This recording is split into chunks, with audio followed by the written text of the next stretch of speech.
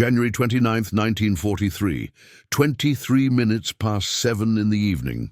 The sun had vanished an hour earlier, swallowed by the horizon, where the coral sea met the sky in a line so sharp it seemed drawn with a blade. Aboard the heavy cruiser USS Chicago, Captain Ralph Davis stood on the bridge, watching darkness settle over Task Force 18 like a shroud. The air was warm, tropical, thick with moisture that made uniforms cling and turned metal surfaces slick to the touch. Somewhere in that darkness, 200 miles to the south, lay Rennell Island, an uninhabited coral atoll that would give its name to what was about to happen. Davis could not see the island. He could not see much of anything beyond the faint, phosphorescent glow of the cruiser's wake and the dim silhouettes of escort vessels maintaining station in the formation. The Chicago was steaming northwest at 15 knots.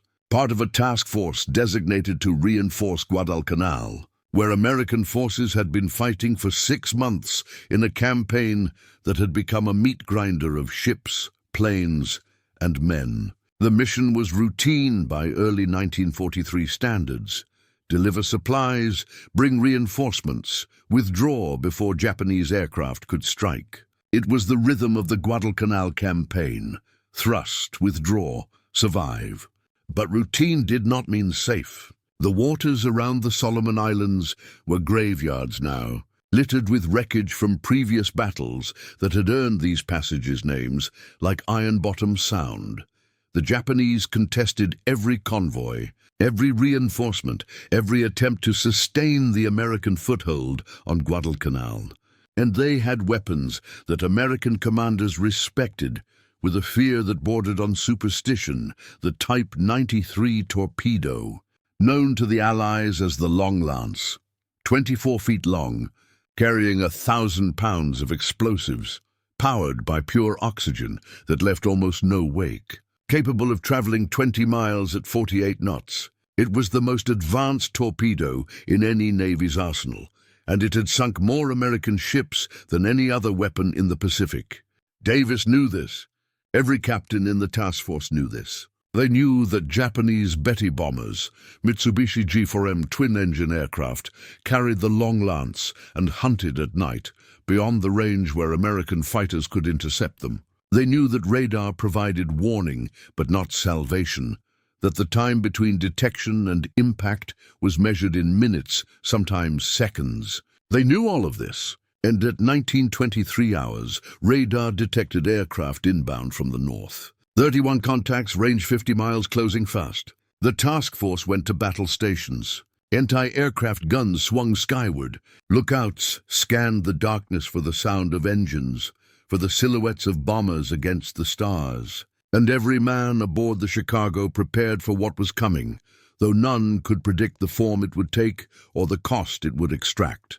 The Battle of Rennell Island was about to begin, and by the time it ended, the Chicago would be at the bottom of the sea, taking 62 men with her and proving once again that in the dark waters of the Solomons, the night belonged to Japan. To understand why the Chicago was steaming through darkness toward an enemy that specialized in night combat, you must understand the strategic calculus of early 1943. Guadalcanal had been invaded in August 1942, the first major American offensive of the Pacific War. The Japanese had not expected it, had been caught with a partially completed airfield and minimal defenses. But they had responded with everything they could muster: troops, ships, aircraft, pouring resources into a campaign to retake the island and destroy the American foothold. For 6 months the battle raged. On land, Marines and soldiers fought Japanese infantry in jungles and along ridgelines. At sea, the navies clashed in a series of night battles that were as savage as anything in naval history. Savo Island, Cape Esperance, the naval battle of Guadalcanal, Tassafaronga. Each engagement was desperate, confused, fought at ranges so close that ships could see each other's gun flashes, where torpedoes crossed paths with shells and the ocean burned with oil fires from shattered hulls. By January 1943, the tide had turned. The Americans held Henderson Field, the airfield that made Guadalcanal valuable, and were using it to interdict Japanese supply runs. The Japanese 17th Army on the island was starving, reduced to eating roots and leaves, losing more men to disease and malnutrition than to combat. Tokyo had made a decision, secret at the time, devastating in hindsight, to evacuate Guadalcanal, to abandon the campaign that had consumed thousands of lives and irreplaceable ships. But the evacuation had not yet begun, and the Americans, who did not know that Japan was preparing to withdraw, continued to reinforce the island, to build up supplies for what they expected would be a prolonged campaign. Task Force 18 was part of that effort. It comprised 2 heavy cruisers, Chicago and Louisville, 6 destroyers, and 2 escort carriers providing air cover. The force had been steaming slowly northwest toward Guadalcanal for 2 days, when, on the afternoon of January 29th, the escort carriers turned back. They were nearing the limit of their operating range, and their aircraft had to land before darkness made recovery impossible. This left the cruisers and destroyers without air cover, proceeding through waters that Japanese reconnaissance aircraft had been shadowing all day. It was a calculated risk. The task force was scheduled to reach Guadalcanal by morning, deliver its cargo, and withdraw. One night of vulnerability seemed acceptable. The Japanese disagreed. Admiral Junichi Kusaka commanded the Japanese 11th Air Fleet, based at Rabaul, a fortress on New Britain Island that served as Japan's main base in the South Pacific. Rabaul was a hub of air power, home to hundreds of bombers and fighters that struck at Allied shipping and bases throughout the Solomons. Kusaka had been tracking Task Force 18 since January 28th, waiting for an opportunity when the American ships would be beyond the range of their own land-based fighters and without carrier support. On the afternoon of January 29th, reconnaissance confirmed that the escort carriers had turned back, that the cruisers were proceeding alone into the night. Kusaka ordered an immediate strike. 16 Mitsubishi G4M Betty bombers, each carrying a single Type 93 torpedo, launched from Rabaul at 1600 hours. They flew south for 3 hours, navigating by dead reckoning and radio bearings, searching for the American task force in the vastness of the Coral Sea. At 19:23 hours, they found it. The first indication aboard the Chicago was radar, multiple contacts, range 48 miles, bearing 350 degrees, altitude 10,000 feet. The formation was approaching from the north, from the direction of Rabaul, and the number of aircraft left no doubt about their intent. This was not reconnaissance. This was a strike. Captain Davis ordered the ship to general quarters. Klaxons blared. Sailors ran to battle stations. Gun crews loaded 5-inch and 40mm anti-aircraft weapons, elevated barrels skyward, waited for targets. The destroyers surrounding the cruisers began maneuvering, putting themselves between the high-value targets and the expected attack vectors. And the entire task force increased speed to 18 knots, zigzagging to complicate torpedo aiming. But visibility was minimal. The moon had not yet risen. The stars provided some illumination, but not enough to see aircraft at altitude. Radar could track the bombers' approach, but could not target them. Fire control in 1943 relied on visual acquisition, and the darkness made that nearly impossible. The Americans would be shooting at sound, at radar coordinates, at the brief flashes of engine exhaust when bombers descended to attack altitude. It was the worst possible condition for defense, and the Japanese knew it. They had practiced night torpedo attacks for years, had developed tactics specifically designed to exploit the darkness, to approach from multiple directions simultaneously, to overwhelm defenses through speed and coordination. The Bettys split into 2 groups. The first, 9 aircraft, would attack from the starboard side. The second, 7 aircraft, would attack from port. The attacks would be staggered by minutes, forcing the ships to divide their defensive fire to maneuver against threats from both sides. It was textbook doctrine, and it worked. At 1938 hours, the first group of bombers descended to attack altitude, 200 feet above the water, and began their runs. The darkness was absolute now. Sailors on the Chicago heard the engines first. The distinctive drone of twin radial engines pushed to full power, growing louder, closer, until it seemed the aircraft were directly overhead. Then the tracers started. 5-inch guns fired, their muzzle flashes illuminating the deck in stroboscopic bursts. 40mm Bofors guns opened up, their slower rate of fire punctuated by the rapid chatter of 20mm Oerlikons. The sky filled with tracers, lines of light arcing upward, searching for targets they could barely see. Some found them. A Betty exploded at 1,500 feet, hit by a 5-inch shell that detonated its torpedo before it could be dropped. The bomber became a fireball that fell into the sea, trailing burning fuel. Another Betty was hit by multiple rounds, its starboard engine erupting in flames. But it continued its attack run, closing to within 1,000 yards before releasing its torpedo. The pilot pulled up trying to gain altitude, but the damaged bomber stalled and crashed into the water 3 miles off the Chicago's port quarter. But the other bombers got through. They came in low and fast, each pilot lining up his target, releasing the long lance at ranges between 800 and 1,200 yards, then pulling up hard and banking away into the darkness. The torpedoes hit the water and began their runs. Invisible in the night, leaving no wakes, tracking straight toward the American ships at 48 knots. Lookouts on the Chicago saw nothing. The first indication of torpedoes in the water came from the destroyer USS La Valette, which spotted a wake crossing ahead of her bow and turned hard to port, barely avoiding impact. The La Valette radioed a warning.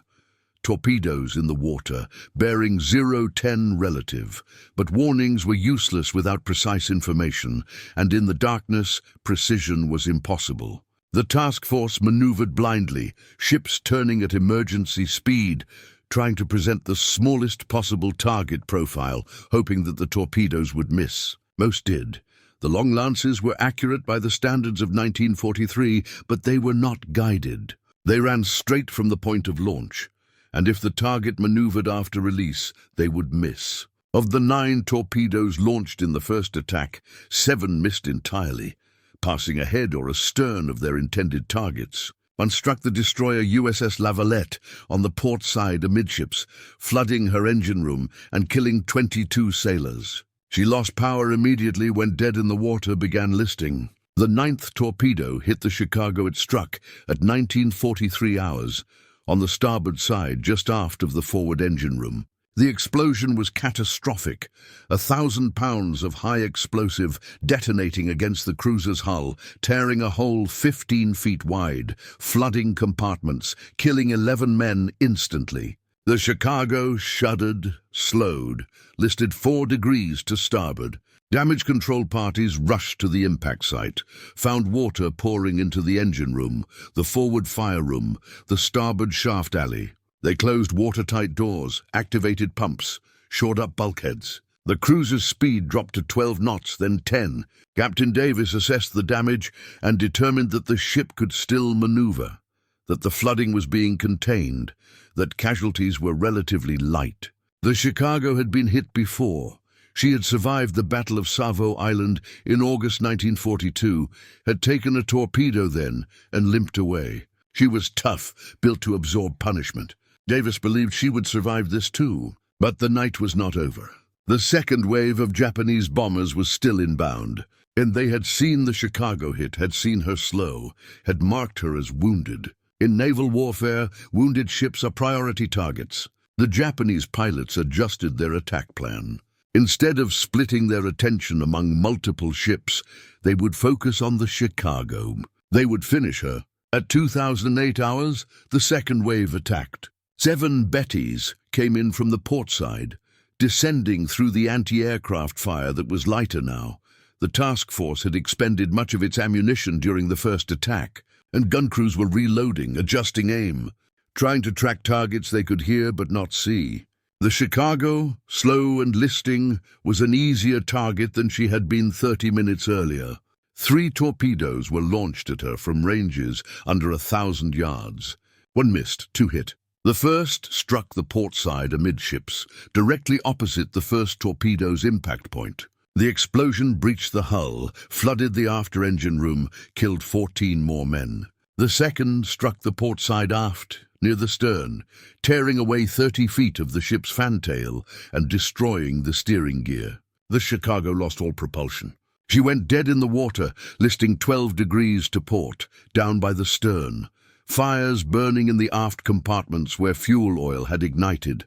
Captain Davis ordered abandoned ship preparation, but held off executing the order, hoping that damage control could stabilize the flooding, that tugs could be summoned to tow the cruiser to safety. For 5 hours, the crew fought to save their ship.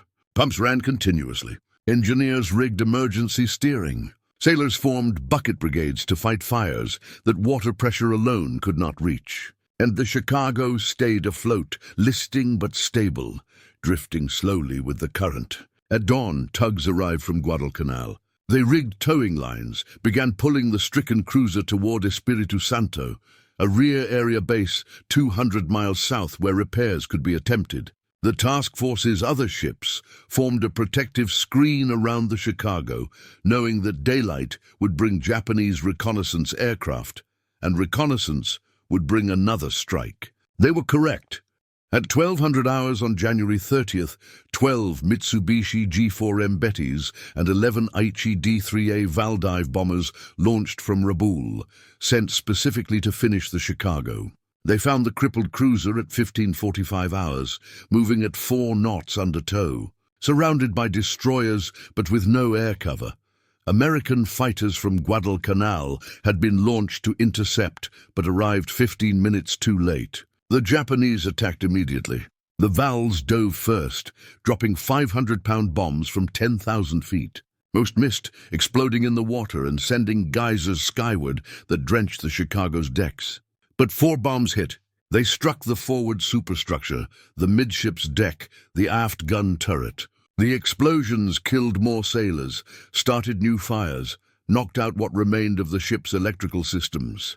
And then the Bettys attacked with torpedoes. This time there was no darkness to hide the attackers. The destroyer screen put up a wall of anti-aircraft fire that shot down 3 Bettys before they could release their torpedoes. But the others pressed their attacks, coming in low from multiple directions. Each pilot focused solely on the Chicago, which sat motionless in the water, unable to maneuver, unable to defend herself beyond the guns that could still fire. 4 more torpedoes hit. They struck the port side, the starboard side, amidships and aft, overlapping with the damage from the previous night's attack. The Chicago's hull, already compromised, could not withstand the additional punishment. Compartments flooded faster than pumps could handle. The list increased to 20 degrees. The bow began to settle. At 1643 hours, Captain Davis gave the order he had hoped to avoid: abandon ship. Sailors went over the side, jumped into the water, swam toward rescue vessels that were already moving in to pick up survivors. Some men were trapped below decks, in flooded compartments, in spaces where watertight doors had been sealed to preserve the ship's buoyancy. They drowned as the Chicago went down. Others were killed by the continuing Japanese attack, strafing runs by Zero fighters that machine-gunned men in the water, an act of brutality that survivors would remember and rage against for the rest of their lives. At 1644 hours, the USS Chicago rolled to port and sank by the stern, slipping beneath the surface in less than a minute. She went down in 3,000 feet of water, too deep for salvage, taking with her 62 men who had died during the 2 attacks or in the final moments as the ship capsized. 1,069 sailors were rescued. They were pulled from the water covered in oil, exhausted, some wounded, all traumatized by the experience of watching their ship die under them. And the Battle of Rennell Island was over.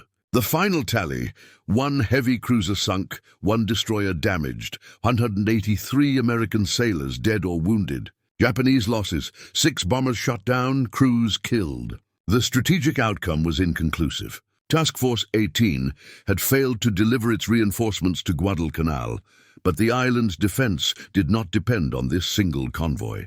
The Japanese had demonstrated again that they retained the capability to strike at American naval forces, but the cost in aircraft and crews was unsustainable. Within a month, Japan would complete the evacuation of Guadalcanal, abandoning the island they had fought so hard to hold. The Battle of Rennell Island changed nothing strategically, but it changed everything for the men who fought it.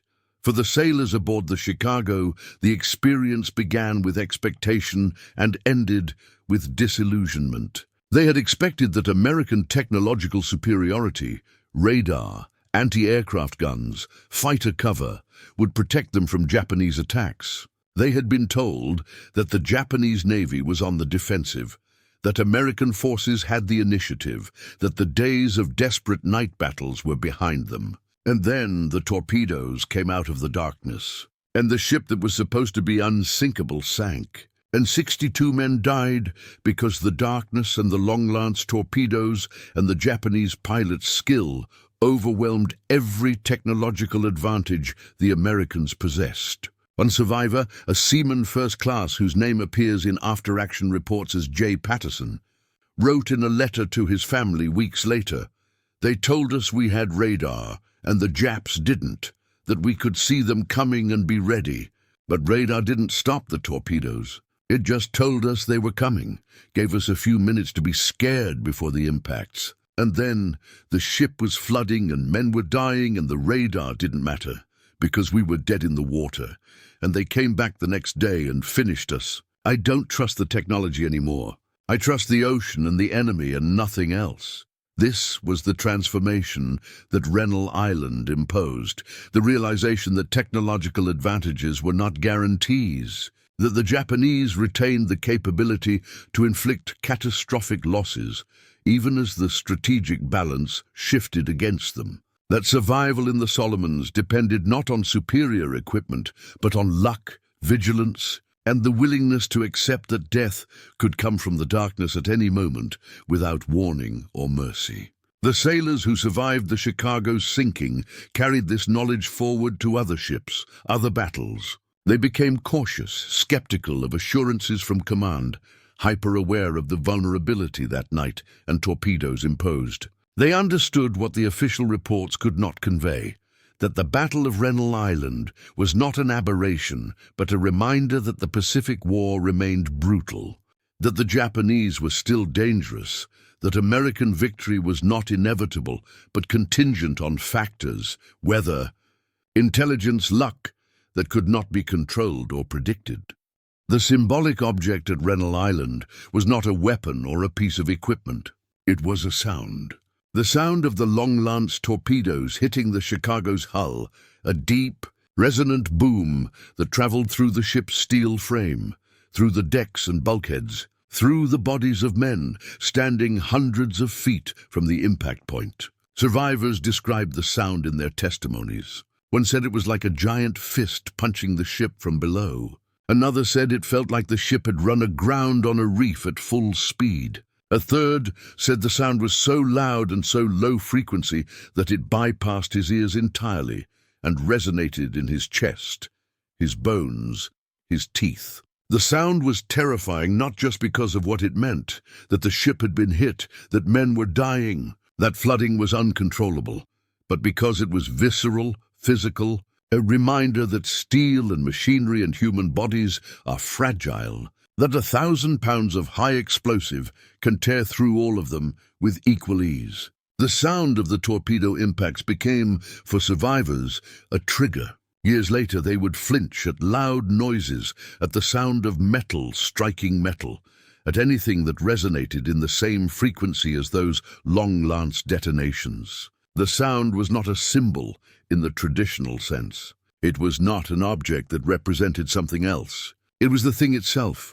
The direct, unmediated experience of violence, the moment when the abstract concept of naval warfare became concrete and personal. And it stayed with the survivors for the rest of their lives, a sensory memory that could not be erased or rationalized or integrated into narrative. It was simply there, the sound of death arriving, of steel rupturing, of the ship dying, and every man who heard it and survived carried it forward. A ghost frequency that haunted the periphery of consciousness and reminded them, always, that they had been to the edge and come back, but that others had not.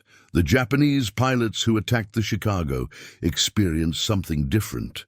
They had been trained for night torpedo attacks, had practiced the techniques for years, knew the doctrine and the risks. But doctrine did not prepare them for the intensity of American anti-aircraft fire, for the wall of tracers that filled the sky, for the sudden, violent deaths of comrades whose bombers exploded or fell burning into the sea. One pilot, Lieutenant Jiro Tanaka, survived both attacks and wrote in his diary, recovered after the war from a crashed aircraft on New Guinea, about the experience. He wrote, "We flew through fire. The Americans shot at us with everything, and the sky was full of metal. I saw Nakamura's plane explode. I saw Sato's plane fall burning. I released my torpedo and pulled up hard, and felt rounds hit my tail and thought I was dead. But I was not. I flew back to Rabaul and landed and climbed out and found 6 holes in my aircraft, and I do not know how I survived. I think the Americans are not weak. I think we were told lies about them. They fight with desperation and technology, and they will not stop. We sank their cruiser, but they will build another. We lost 6 bombers, and those crews are dead, and we cannot build more so quickly. I do not understand how we win this war. I think we are killing ourselves to delay the inevitable."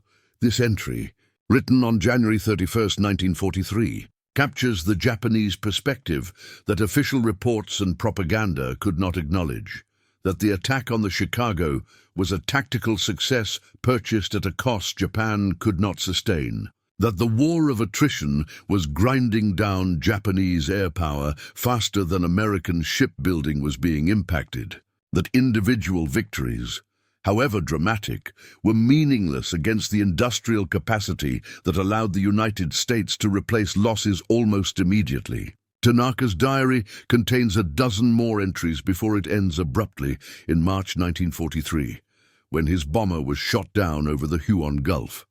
He did not survive that mission, but his diary survived, was found by Australian troops, was translated and archived, and provides a rare glimpse into the Japanese experience of the Solomons campaign. Pride in skill and courage, growing awareness of strategic futility, fatalism about the inevitable outcome. The loss of the Chicago had immediate tactical consequences. Heavy cruisers were valuable assets. Each one represented thousands of tons of steel, hundreds of trained sailors, firepower that could support amphibious landings or contest surface engagements. The U.S. Navy could not afford to lose them casually.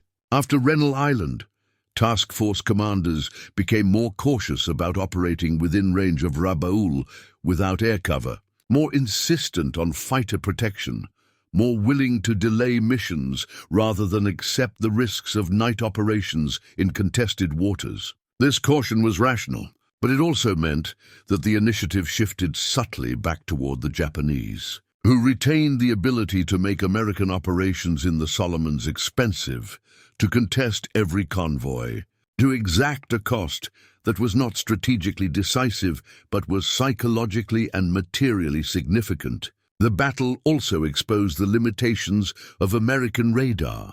Yes, it could detect incoming aircraft at ranges that Japanese forces could not match. But detection was not the same as interception or successful defense. The radar operators on the Chicago had tracked the bombers from 50 miles out, had given the task force 15 minutes of warning, and it had not been enough. The darkness had negated the advantages of early warning, had reduced the battle to desperate maneuvering and blind anti-aircraft fire.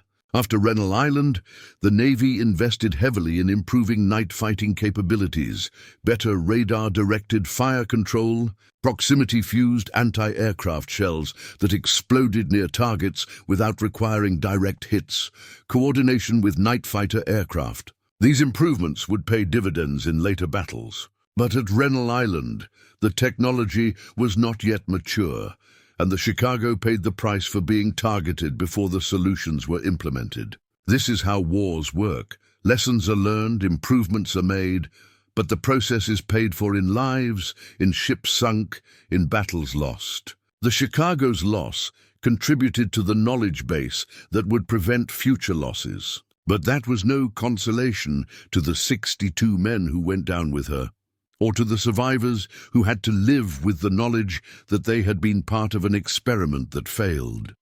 The evacuation of Guadalcanal, which began 2 weeks after Rennell Island, rendered the battle's strategic significance moot. The Japanese High Command had concluded that holding Guadalcanal was impossible, that the cost in ships and aircraft and men was unsustainable, that resources needed to be conserved for more defensible positions. The evacuation, Operation K, was executed brilliantly, with over 10,000 Japanese soldiers withdrawn from the island under the cover of darkness and destroyer runs that the Americans initially mistook for reinforcement attempts. By early February, Guadalcanal was secured, the 6-month campaign over, the first major Allied victory in the Pacific complete. In the broader narrative of the war, Rennell Island became a footnote, the last significant naval engagement of the Guadalcanal campaign, mentioned briefly in official histories, overshadowed by the larger victory. But for the men who fought there, it was not a footnote. It was the defining experience, the battle that taught them what war actually was, that stripped away illusions about technological superiority and American invincibility, that demonstrated viscerally that death could come at any moment from an enemy that was skilled, determined, and willing to die to inflict damage. The survivors of the Chicago were distributed to other ships, other crews. Some went on to fight at Tarawa, at Saipan, at Leyte Gulf.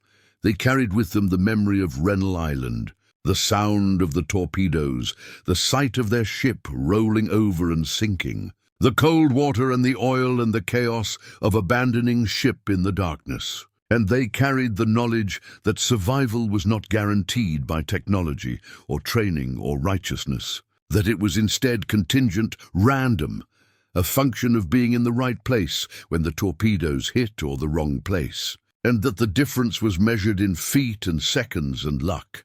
There is no memorial, specifically, for the USS Chicago or the Battle of Rennell Island. The ship is commemorated in naval records, in the databases that list every vessel sunk during the war, in the casualty lists that name the 62 men who died with her. Some of those men are buried in military cemeteries. Others were never recovered, their bodies still entombed in the wreckage 3,000 feet below the surface of the Coral Sea.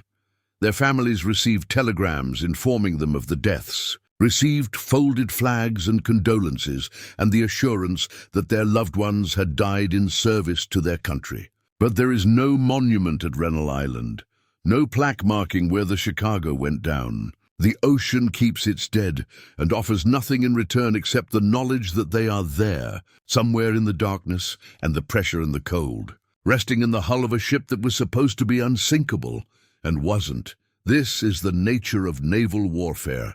The dead disappear into the ocean, and the ocean provides no closure, no tangible place to mourn. The Chicago is gone. The men who died with her are gone. What remains is memory, preserved in the testimonies of survivors, in the after-action reports filed by officers, in the letters that sailors wrote home describing the battle and their survival. These documents are housed in archives now, accessible to researchers and historians, but rarely read by the public. The Battle of Rennell Island has been absorbed into the larger narrative of the Pacific War, its details lost to all but specialists. And perhaps that is inevitable. Wars generate more stories than can be remembered.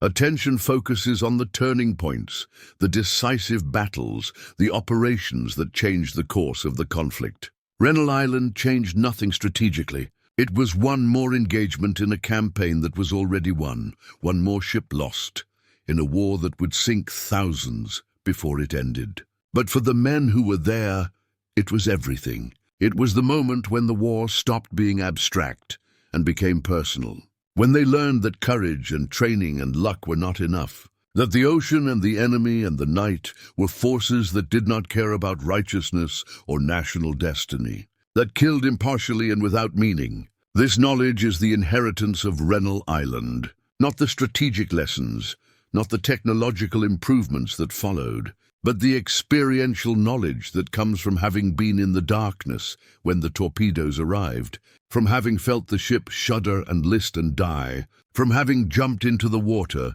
and swum away from the sinking hull and watched it disappear beneath the surface, taking friends and shipmates and a piece of one's own certainty into the depths. The sound of the long-lance torpedo striking steel, that deep, resonant boom, echoed beyond the immediate battle. It echoed in the planning rooms, where admirals decided which risks were acceptable, in the factories where engineers designed better damage control systems and improved anti-aircraft weapons, in the training schools where sailors learned to recognize the signs of torpedo attacks and the procedures for abandoning ship. The sound became data, incorporated into simulations and doctrines, transformed from visceral experience into abstract knowledge that could be taught and applied. This transformation is necessary. Wars cannot be fought on emotion alone. They require systems, doctrines, the distillation of experience into transferable lessons. But the transformation also erases something essential: the human dimension, the terror and confusion and randomness that cannot be captured in after-action reports or tactical assessments. The sailors who heard the torpedoes hit the Chicago knew things that the reports could not convey. They knew what it felt like to be inside a ship that was dying, to feel the deck tilt beneath their feet, to hear the sound of flooding compartments and shouting men and the groan of steel being torn apart. They knew what it was like to make the decision to abandon ship, to jump into the dark water, not knowing if rescue would come, or if they would simply drown in the oil and the debris. They knew, in a way that admirals and planners could not, that the battle was not just a tactical problem to be solved, but a life-and-death struggle where the outcome was determined by factors that defied calculation. This knowledge could not be systematized. It could only be endured and remembered.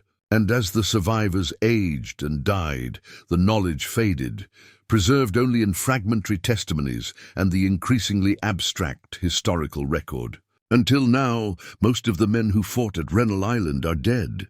The archives preserve their names and the basic facts of the battle.